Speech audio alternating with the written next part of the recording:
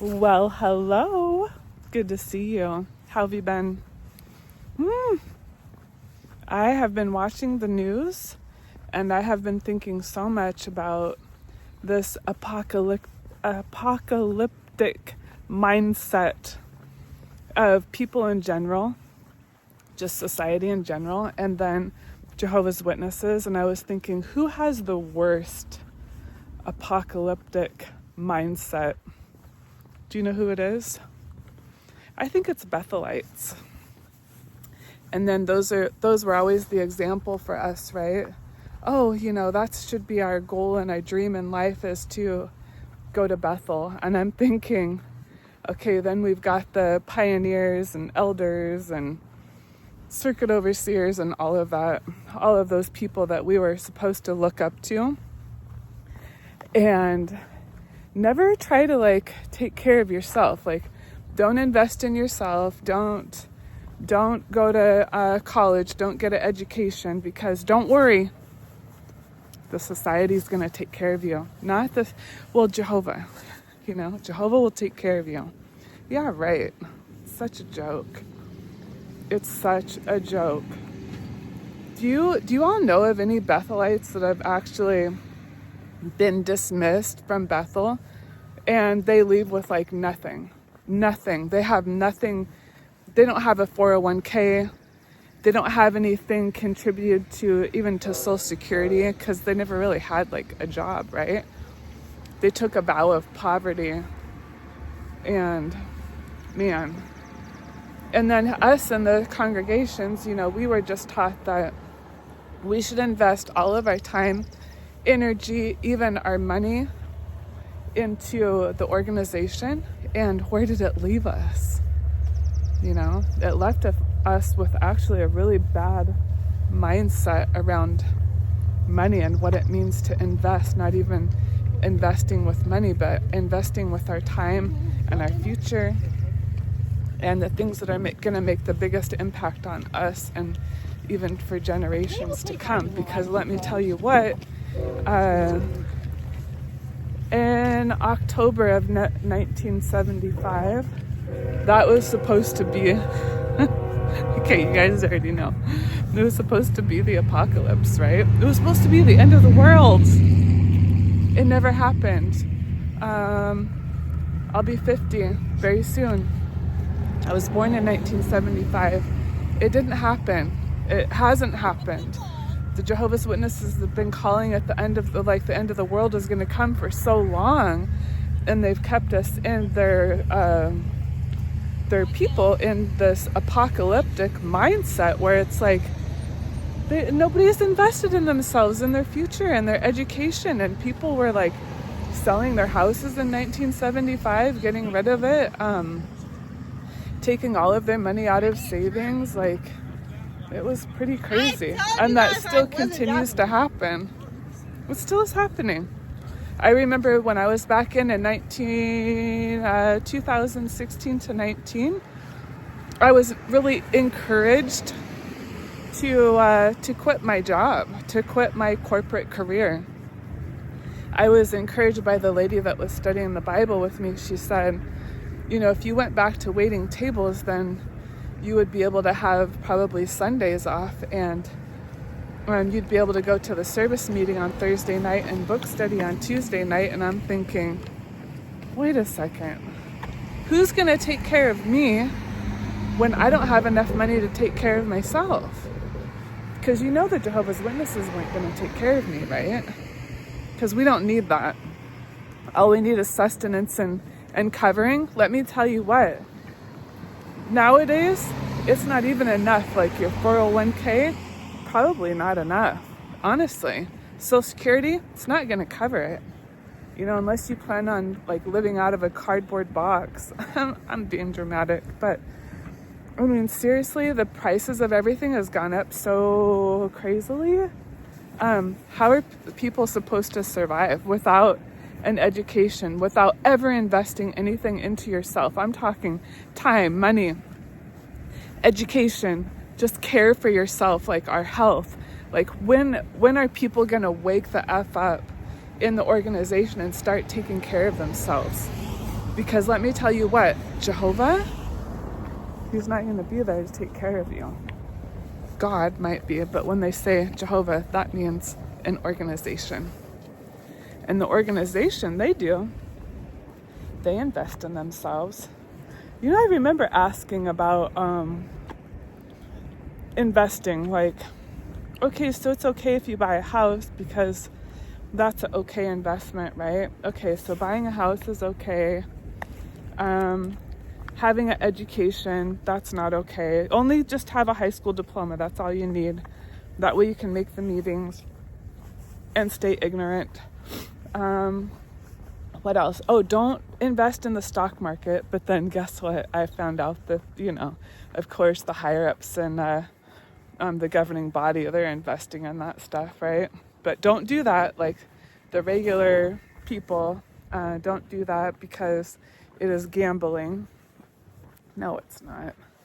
It's just so messed up, like what they did to our mindset around money. And that's what I have really noticed more and more as time goes on. Like that's what people really want to talk about in these groups as ex-witnesses, like really trying to get past that the money mindset that they put into us, that like get rid of everything right away. Like the apocalypse is coming, the end of the world is coming, and we need to just spend all of our time in service and spend all of our time going to meetings, preaching to people. And in the meantime, guess what? Nothing's happening. Nothing's happening. You know, and the reason I even wanted to film this video today was because some people in like just mainstream media kind of have the same idea too. You know, one day, you know, people are like, oh my gosh, get all your money out of your, you know, cash out, have everything in cash, make it liquid. And then, you know, because Trump says something, and then the next day it's like, oh my gosh, the stock market went up like this much, and like, oh, everything's fine. It's like, this is the way things go. They kind of go up and down, up and down.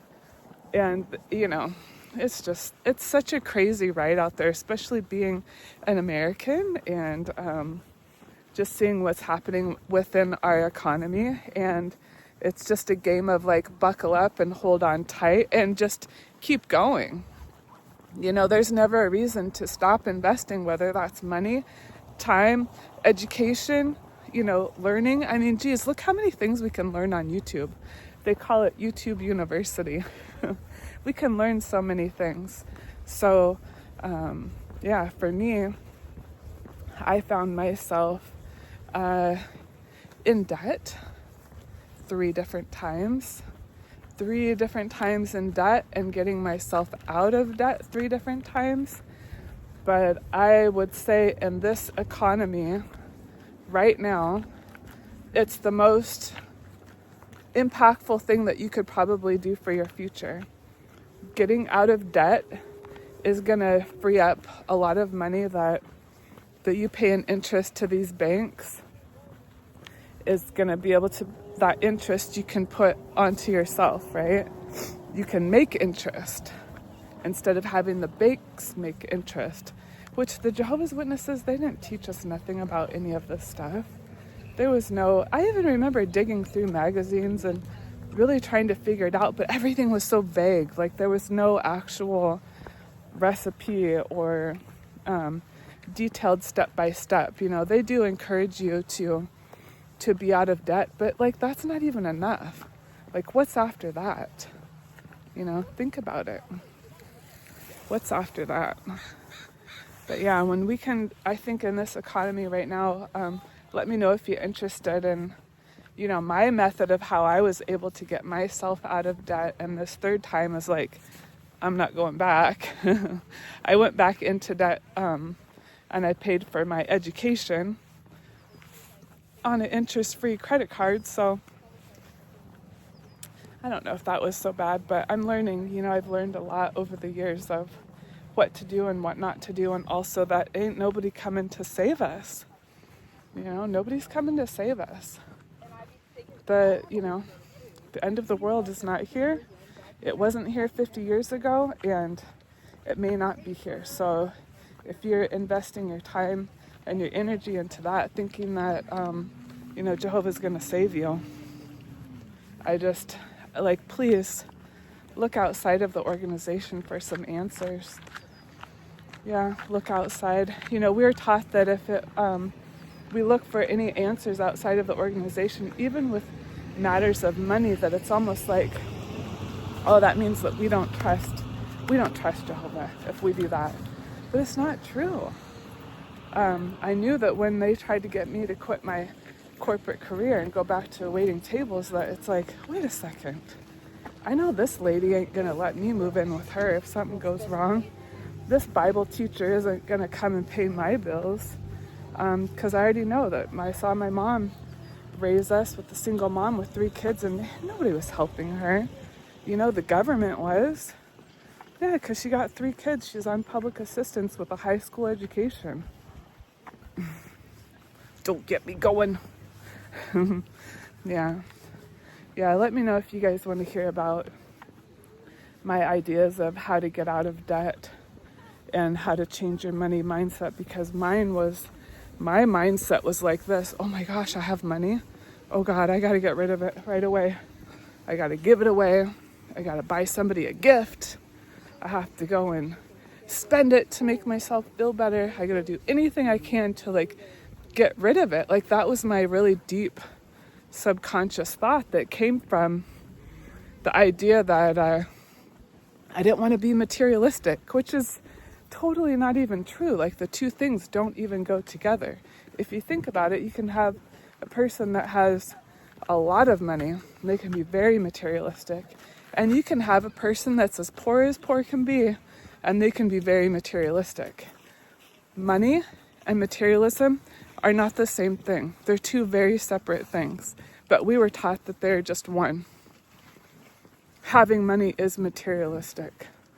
The way that I think about it is, if a person is a really good person and they happen upon, or not just happen upon, but they end up earning a lot of money, they're going to do a lot of great things because they're already a good person. You know, they already have that, who they are. It's only going to amplify who they are.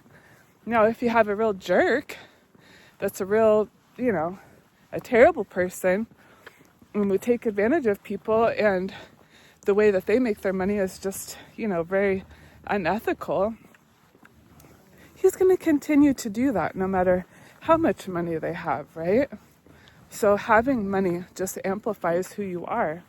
But with all of the situations going on in the world, I think that having a reserve of money and definitely not being in debt is one way to really protect yourself. It doesn't mean that if you have money that you have to go out and buy fancy clothes, a fancy car, take vacations. Like, you can actually just have money and let it sit there. And that has been a practice for me that has impacted me probably the most, is just sitting with it, letting it be there, not spending it. It's really hard. Like, in my 40s is really when my mindset started to change, and it's been it's difficult. It's like, I think of money like having a relationship. Let's say you're dating, okay? You're dating and you meet somebody that's like, oh my gosh, they're so good looking, they're so nice, they're so, just all the things, right? All the things that you want. And then here comes along this person, and here you are over here like hiding and like, oh my gosh, yeah, don't come near me. It's kind of how you're reacting towards that person. Like, what is your relationship? Like, say that person was money. Are you like, oh my gosh, you're so good looking, you're so incredible, like, oh no, hiding? Or are you thinking of him like this relationship, like, I deserve that. I think that would be great for me. Like, are you running from it? You know, are you letting it come into your life? Because if we're constantly pushing it away with different things, with overspending or just not managing it well, we're just really telling that partner, like, not interested. Like, I'm just not interested in you.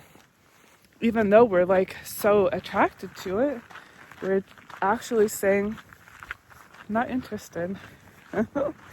I love talking about this stuff with you all. I could go on and on. I could go on and on. But I think it's something really important to think about right now in just the state of the world. And, you know, we have to stay steady. Like, stay steady. Don't be swayed with all of this news, you know. Stay steady in your resolve, hopefully, to just have a little bit of money, have it in a reserve, because, you know, we have to be able to take care of ourselves. That's my wish for you. And thanks for listening today. I know I haven't been here for a little bit. Had a lot of things going on in my life.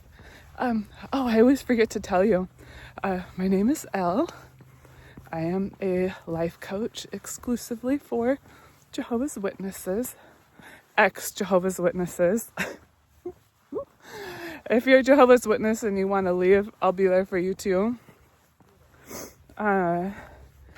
Thanks for being here on my channel. I plan to make more videos, but at first I was making them every day for almost 3 months, and now it's kind of slowed down, and I still want to check in from time to time, usually about once a week.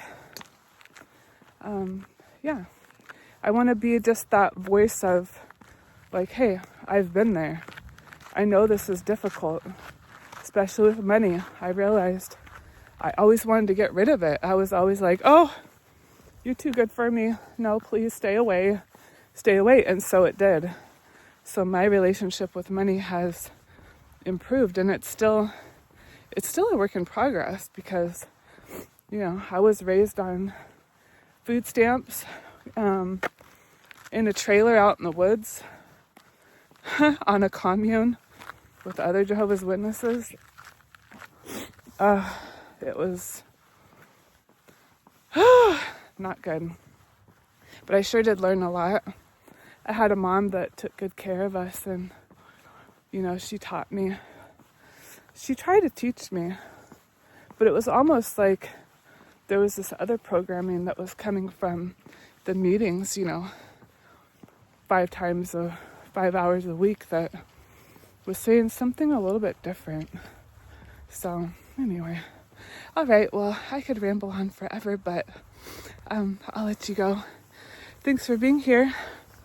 I got my hair cut, my little hairs. It's a fresh start. It's spring, so have a wonderful day, everyone. Oh, and don't forget to like. I don't usually say that, but it kind of helps, you know. It helps my channel. Share the video if you want. You can do whatever you want. Like it, comment, subscribe, whatever you want to do. It doesn't matter to me. I'm just happy you're here.